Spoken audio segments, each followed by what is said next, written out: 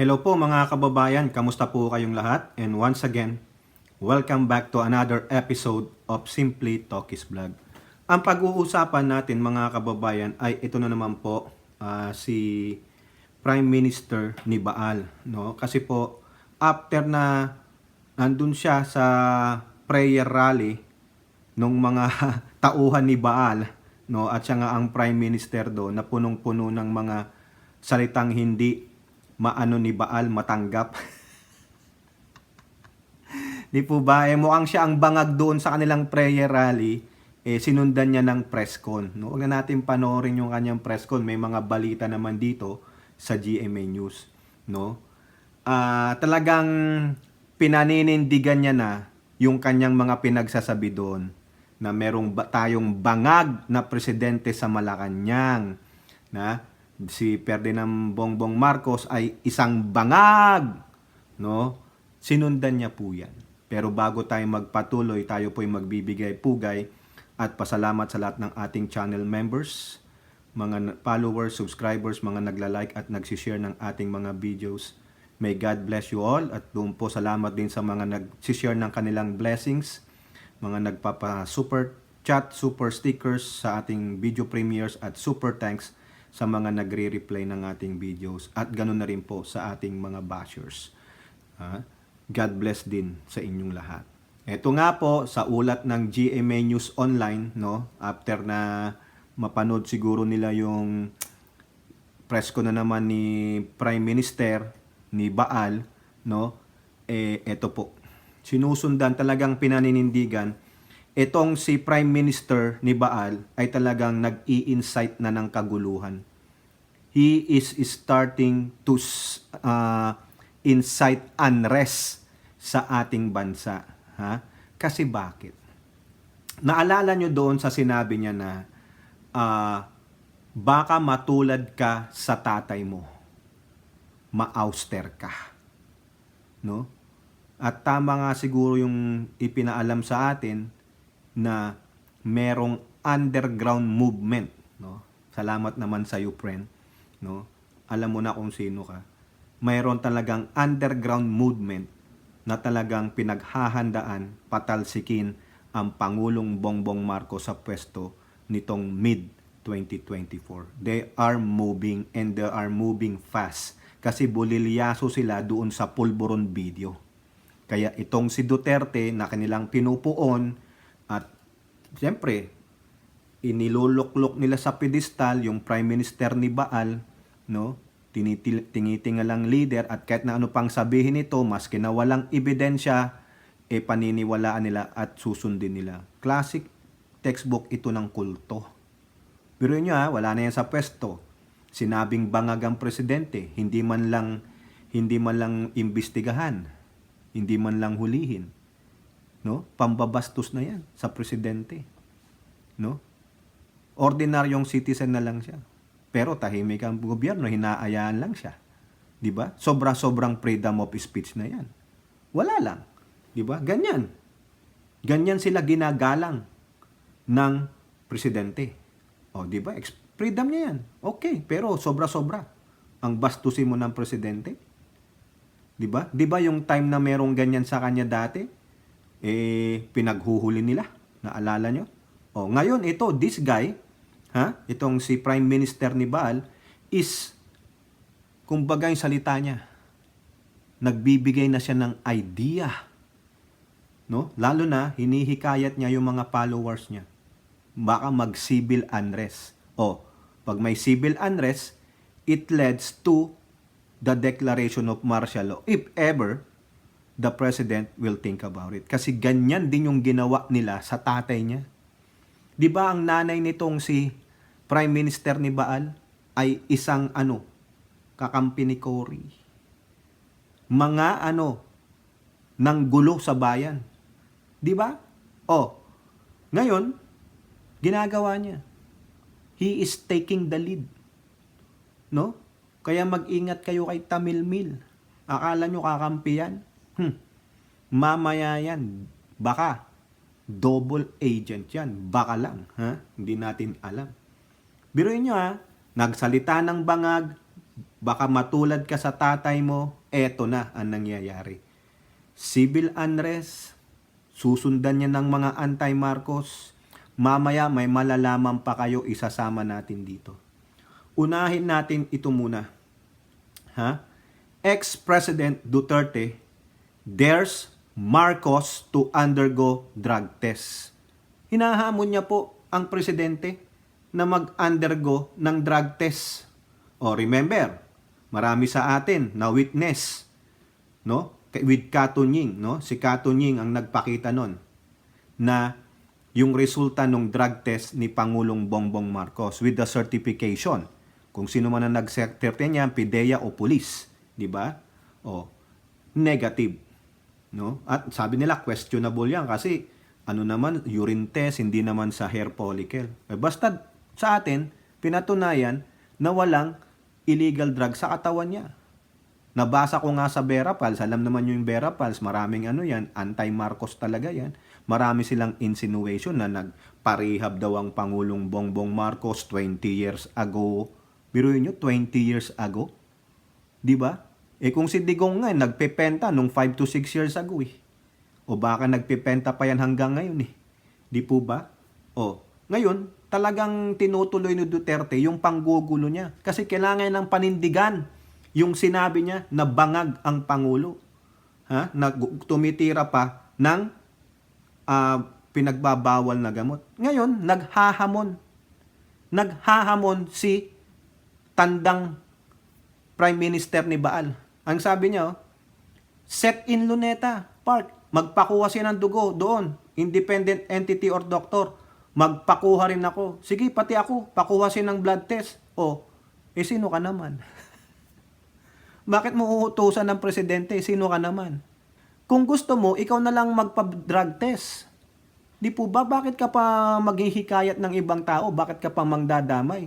Kulang pa ba yung pinakita sa inyong drug testing? Ano, tanga-tanga ba ang Pangulo? Susunod na lang lahat sa gusto nyo? Sino kayo? Sino ka? Hindi ka na presidente.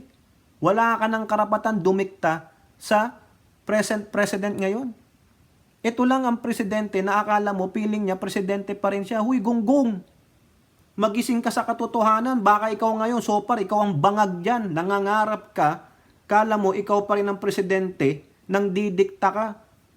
Makontento kayo doon. Kung ako yan, baka isampal ko pa sa yung resulta ng drug test ko nung campaign period eh. Diba? Patuloy yung binabalahura. Bakit wala kayo may pakitang ano? May pakitang ebidensya. Pakita nyo muna, ilabas nyo muna yung ebidensya na nagbabangag siya, yung sinasabi mo. Diba? Nung election o nung campaign, meron kayong kandidato dyan na addict, na ang famous yung pangalan, nakuha lang yung kasikatan dahil sa tatay. O di ba? Ang allusion si Bongbong o nagpakuha na nagpa-drug test. Hindi pa ba sapat yun sa inyo? Kulang pa ba? Wala nga kayong ebidensya na mapakitang nag-a-addict. Yung pulburon video nyo hindi mailabas tapos hahamunin mo ng ganito. Di ba? Ito pa sabi niya, Duterte also said a cabinet official uses cocaine with Marcos and insisted that Marcos was on the watch list of the PIDEA. Ayan, yung PIDEA. Biruin mo, nandamay pa ngayon.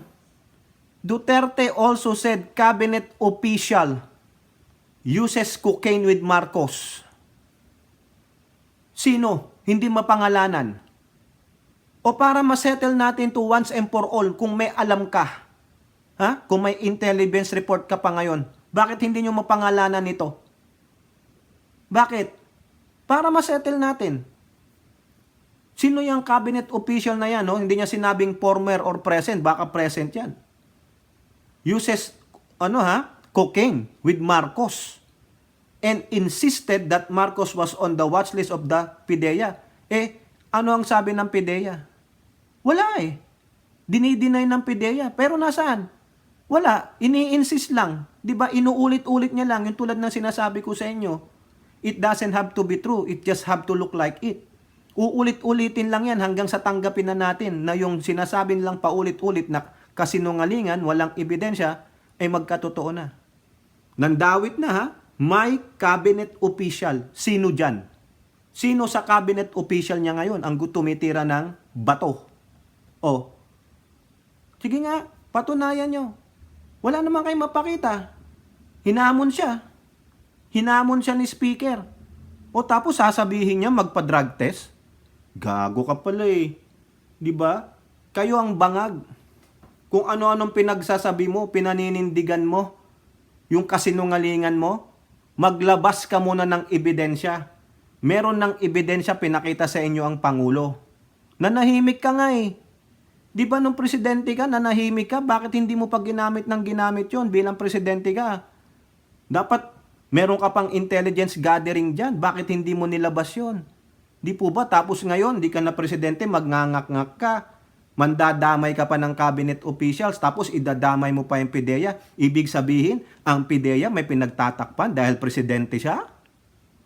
O kayo dyan sa PIDEA, o tinitira kayo ng dati yung Pangulo. Baka sinasabi niya palibasa presidente na si Bongbong kaya pinagtatakpan ng PIDEA. O, di ba? Nagmamayabang ka pa dyan. Ikaw ang magpa-drug test muna, no? Tapos mag-i-insinuate ka pa anong gagawin ng mga burak supporter nila. Uy, talaga hindi makapalag si Bongbong. Anong sabi ng Pangulo? I don't have to dignify that. Diba? Simpleng-simple lang. Sasalsalin ito ng mga supporters nila pero balik sa kanila. Ikaw ang nagpipenta, boy penta.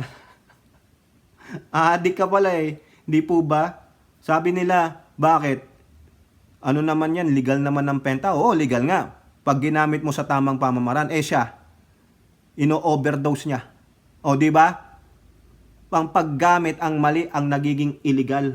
Yan, mga kababayan. Kaya huwag kayong magmamalaking mga burak supporter. Eto, damage control na lang to. Iginigiit na lang niya yan. Ang tanong, sino ka? Who are you? Tapos yung katabi niya, mga kababayan, kung makita nyo doon sa video na yon, I think may link ako dyan sa Facebook. Tingnan nyo na lang dyan sa description, yung link sa description. Yung katabi niya, sa kanan niya, sino? Yung kinuditan nung niya, pinagtulungan ng anak niya, saka si Gloria, pinatalsik na speaker. Si Pantaleon Alvarez. Tapos ngayon, dikit-dikit sa kanya. Kasi meron pong agenda si Alvarez. Ano yung agenda ni Alvarez, mga kababayan? Ha? Okay? Mamaya malalaman natin. No? Sa palagay ninyo, nararapat pa bang magpa-drug test ang Pangulong Bongbong Marcos? Tama, mali. Eto lang yan, ni-research ko, mga kababayan, ha?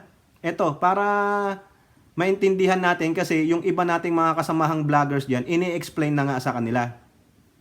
Ha? Na si Pangulong Bongbong Marcos, iisa na lang ang kidney niyan.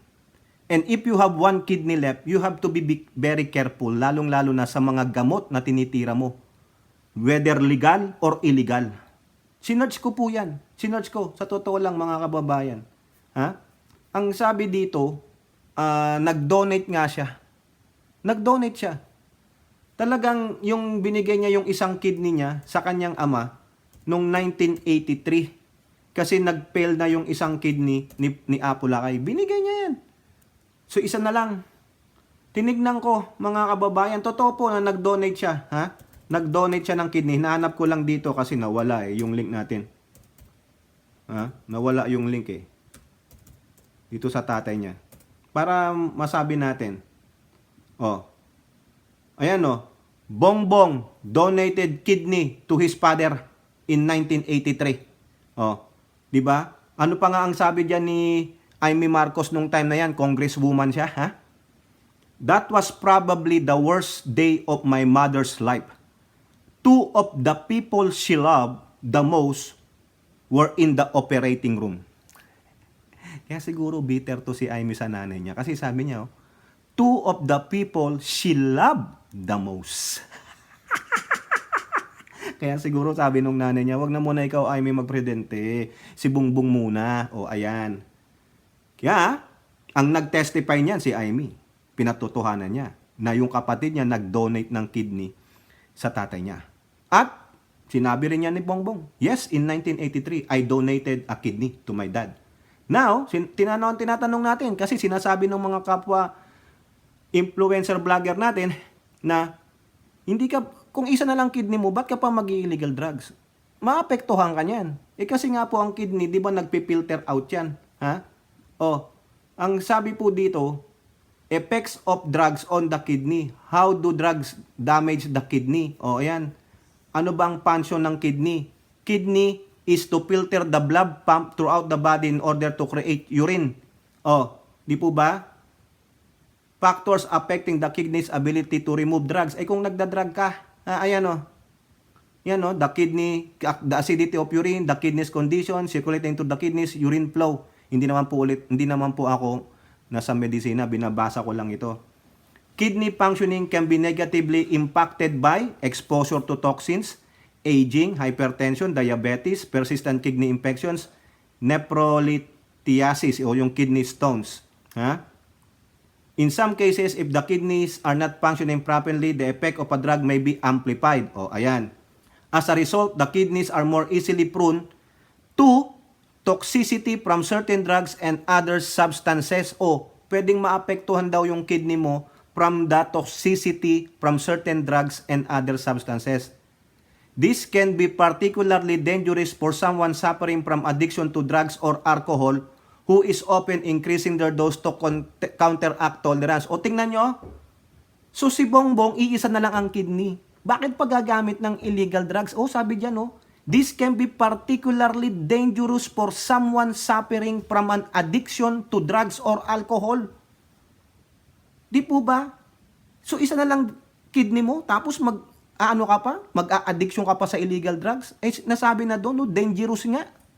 Yung mga toxins, mahirapan yung kidney mo na nag-iisa na lang na nagpipilter ng toxin sa katawan mo para makapag-produce ng ihi. Eto pa sabi, what drugs affects the kidney? Ano daw mga drugs? Many different drugs, both legal and illegal, affect the kidney's ability to operate properly. Among these substances are, not all of them, hindi natin mabasa lahat, heroin, cocaine, MDMA, yung ecstasy, inhalants, alcohol, tobacco, painkillers. Kita nyo? Sinasabi nyo nag-i-snort ng cocaine. Kasama dyan ng cocaine, that affects the kidney. Ayaw nyo pa rin maniwala? Di ba? Unang-una, wala kayong ebidensya. Pangalawa, sinasabi na nga na iisa lang ang kidney niya. And if he takes illegal drugs, which are very malakas yan, dangerous, maapektuhan ng kidney niya, isa na lang yan. Di ba? Kung addict, di mamatay na to. Masyado kayo Gusto nyo pa ngayon talagang sumosobra kayo, tapos ngayon, talagang nanggugulo kayo. Ginugulo ninyo. Kayo ang mga pasimuno, lalong-lalo na tong si Prime Minister ni Baal. Naghihikayat ka pa? Ikaw na lang ang gumawa niyan. Sino ka para pagbigyan ng presidente? Hindi ka na presidente. Ordinaryong citizen ka na lang. Wala kang power sa presidente. Hinayupak ka. Diba? Sobra ka ng palalo. Ano ba to? Nag-uulyanin na ba ito? Nagsi-second childhood na ba ito? Mga kababayan, nakakaasar, eto pa, isa pa. GMA News din, doon din the same press conference. Kaya sabi ko, tandaan nyo yung katabi niya 'Di ba si Pantaleon Alvarez? Kasi yang si Pantaleon Alvarez, yan ang nagsalita na gusto niyang magsisid. Yung ihiwalay ang Mindanao, gagawa sila ng sarili nilang country. Ihiwalay ang Mindanao sa Pilipinas. Kasi nga sabi nila, mayaman daw ang Mindanao. Rich daw ang Mindanao, rich. Kung rich naman pala, bakit ang dami pa rin naghihirap dyan? Kung mayaman ng Mindanao, bakit hindi nyo mapayaman yung mga nandyan, mga Mindanawans? Ang dami pa rin mahihirap. Ano problema nyo? Di po ba? Kung ano-anong tinayong gobyerno na dyan sa Mindanao, BARM o whatever. Di ba? Lahat namang gusto nyo binibigay, pero nakaisip para rin kayong ihiwalay yan? Isa sa mga dahilan bakit dineclare na yung martial law, aside sa insurgents ng MPA, yung civil unrest, isa yan, secession ng Mindanao kasi may mga grupo na gustong ihiwalay ang Mindanao sa Pilipinas. Pero hindi naman papayag. Di po ba? O, ito, si Duterte, bears signature-based plan for separate Mindanao. Bakit niya nasabi yan? Sabi niya, on Tuesday night, raised the idea of Mindanao seceding o hihiwalay from the Philippines also through a process based on gathering signatures din, parang yung PI. Ha? Kasama niya dyan si Pantaleon Alvarez. Biruin mo, no? Parang inuto-uto lang tayo na kunwari mag-away-away sila, yung pala magkakampi rin. Mga walang prinsipyo. Di ba? Si Alvarez walang prinsipyo. Ginago siya ng Duterte. O tingnan mo, balik sa Duterte. Wala. Kasi kailangan niya ng kakapitan. O ito, ha? At a news conference in Davao City, Duterte said it was Davao del Norte Representative Pantaleon Alvarez who first pushed for the desirability of Mindanao, seceding from the Republic of the Philippines. O, kayo ba, lahat kayo dyan, hindi majority ha, lahat kayo na sa Mindanao, gusto nyo bang magsisid sa Pilipinas? Ha? Gusto nyong ihiwalay? Gusto nyong samahan si Duterte? Na paano nyo gagawin yan? Signature? Sigurado kayo? O, sabi ni Duterte, kaya ko siya inilagay so that we can pursue. By this time, you will know the wherewithal.